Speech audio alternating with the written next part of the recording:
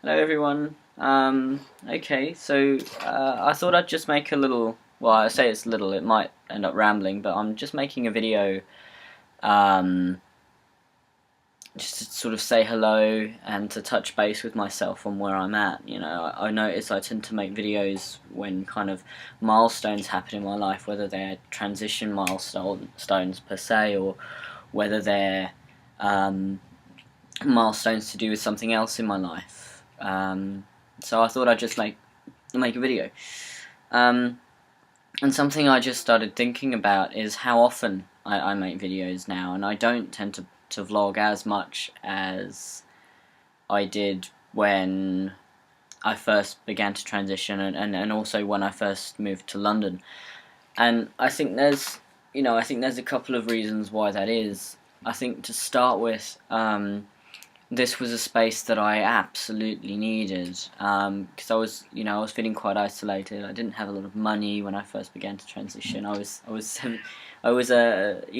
17, cooped up in my loft bedroom, with not really any trans people that I knew in Leeds, forever waiting for the weekend or talking about. Not getting my appointment, not getting testosterone yet, not getting this, feeling uncomfortable with my body, and talking about that constantly with my friends, to a point where, the only other place that I could vent really was on here, was on YouTube. And really, I suppose when I think about it, um, maybe some of the things that I went through and some of the anger and upset that I felt, that I kind of voiced on the internet, maybe that wasn't necessarily the best place to voice it. But they're there now. If at some point I want to take down some of those videos, then I will. But I just think it's interesting the way I used this space, and the way that the way that I use it has evolved. Because now, as I said, I tend to post things when something happens. Because other than that, I don't really have a great need to. I'm a lot happier in myself. My mental health is so much better. I'm much more able to relax and be in the moment with my life and enjoy it as it is now, rather than constantly thinking about the future. And I think the thing that got me to thinking about my mental health pre and post transition, not that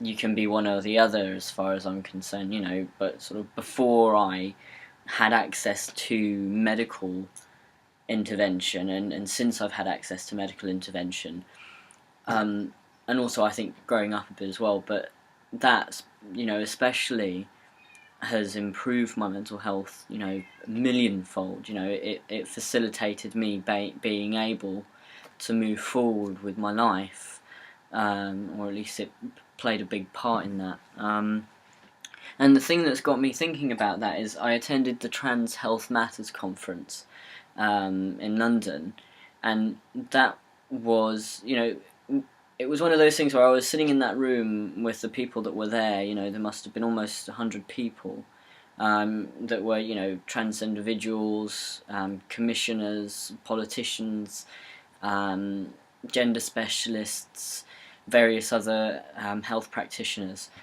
and researchers. The list went on. It was a hugely eclectic group of people that were all there for that one purpose, and that is, it's unprecedented in England. It's not happened before at all.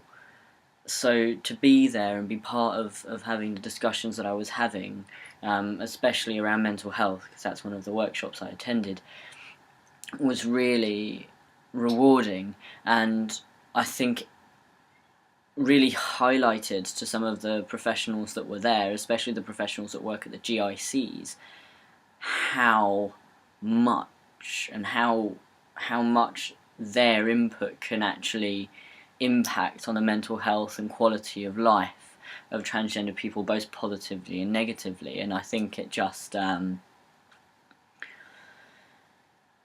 struck me how a couple of them were like, wow, I didn't even, how could you not know this?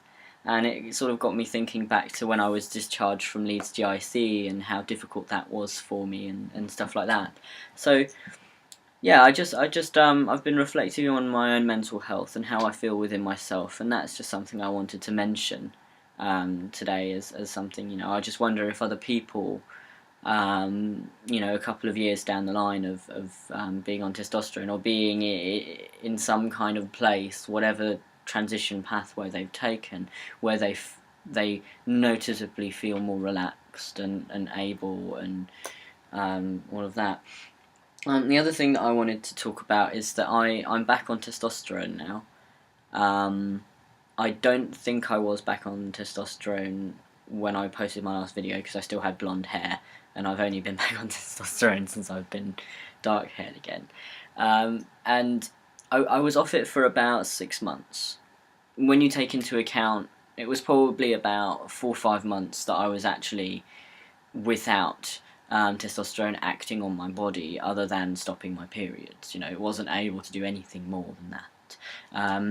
And I just kind of wanted to sort of talk about the changes as I experienced, because I thought that I hadn't experienced any changes at all. But in fact I did. One of the biggest changes was I shrunk. I lost quite a lot of weight. I went from 9.5 stone down to just touching 8 stone, slightly under. Stuff like body hair and stuff didn't really change, but my body shape had already started to change. I'd gotten very slight again. I mean, I'm quite slight anyway, but I was very small. My voice hadn't gone up, but the bass tones that I have when I'm on testosterone sort of weren't really there. It was a bit more of my voice kind of sounded to me as it did when I was around about 3 months on testosterone. By the time I'd got this shot, sort of towards the end of the period of time without testosterone. And also another thing that happened that I didn't notice particularly, but since I'm back on testosterone, is my genitals, my penis got smaller, which I didn't think would actually happen. I didn't think that was possible, but it did. Not by a lot, but it just did kind of, I don't know, recede slightly. I think that's the only way I can talk about it. So that's something I think people are told that that's irreversible, and I completely was, oh well, if I came off testosterone that wouldn't change. I'd still have the thing that makes me feel comfortable with my genitals and means that I don't have to have surgery. I'd still have that. And it turns out that in fact I was starting to lose that, which, the losing weight, becoming smaller, and also emotionally something didn't feel quite right. I was a bit itchy, shuffly, kind of very easily agitated, more than my usual self. So I decided to go back on testosterone, which I have. I think I'm due another injection at some point this month. But I just wanted to mention that, what I've noticed since I've come back on testosterone. The biggest thing is I put on a lot of weight. I put on a stone in the space of about 11-12 weeks. I put a stone back on, and it's a stone in muscle. This part of my body has sort of expanded a bit as well again. My neck has gotten thicker. My voice has come back down. My penis has grown again. My body fat has readjusted to basically how it was before I came off testosterone. What else has happened? Emotionally, I feel a lot more relaxed. That's a big thing. And as well, my facial hair, you can't see a thing, can you? My facial hair development completely stopped when I was not on testosterone, and now that I'm back on it, I can grow sideburns, I can grow a fuller moustache, I can grow hair under here, so that's all great. And I've got more hair and more spots on my chest again, which is unfortunate about the spots, but I think it was an experiment for me coming off testosterone, because I thought it was something that I might want to do at some point. It may still be, but certainly not within the next few years. I think I've realised that physiologically my body is a lot happier when I have androgen hormones running through it. So that's the big thing that I kind of just wanted to talk about, because I know that quite a few people that I've spoken to about it sort of consider coming off testosterone for a while, but they're frightened of what might happen. So I kind of just wanted to share my experience on that.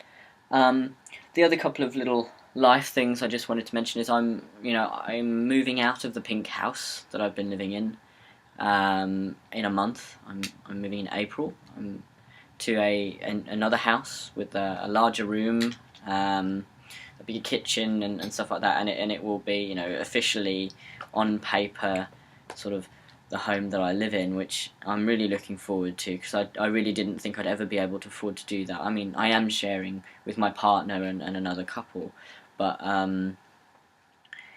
when I move, that is. But I think even just to do that is something that I feel is a great achievement for me, because it's new.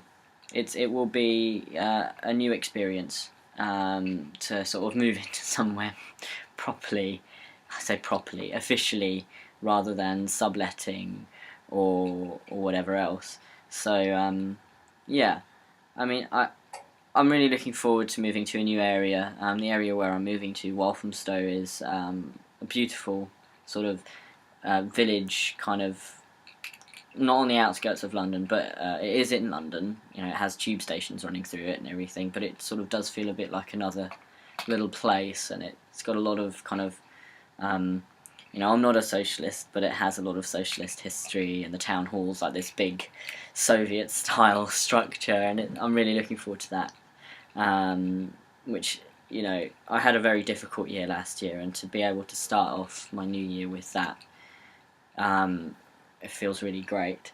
And the other last little thing is that I now have an official job to fund me through school. I now work for the NHS 111 service, taking calls from all kinds of people.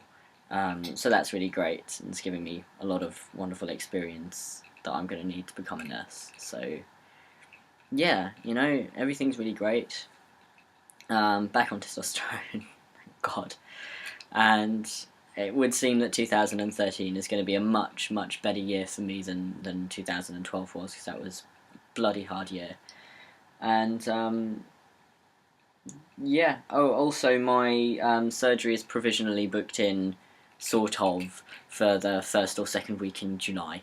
So it may be that I don't update and do another video until then. We'll see, but I'm pretty sure that I'll have to update again when I move into my new house. So I probably rambled on for far too long.